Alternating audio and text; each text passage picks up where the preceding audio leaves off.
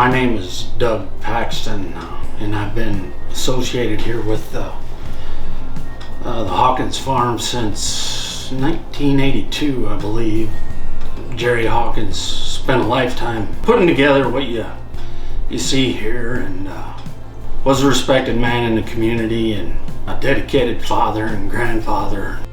I think his proudest achievement was holding the land together through probably some not so very good times. And he said, a lot of guys like to go golfing and like to go fishing. He said, not me. He said, I like to farm.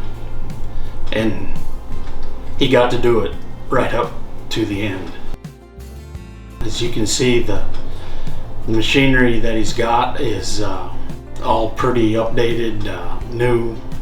There's a precision air seeder, Case IH, it's low acred, and it was bought brand new. And there's a John Deere 24-row corn planter that is set up for precision planting. The little 6140 was just added to the fleet shortly before he passed away.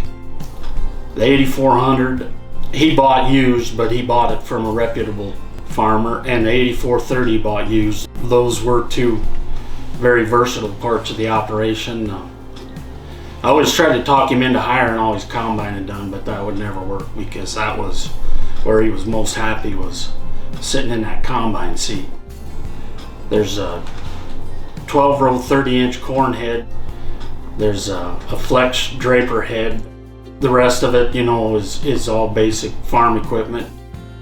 The equipment inspection day will be the April 23rd, which is a Saturday.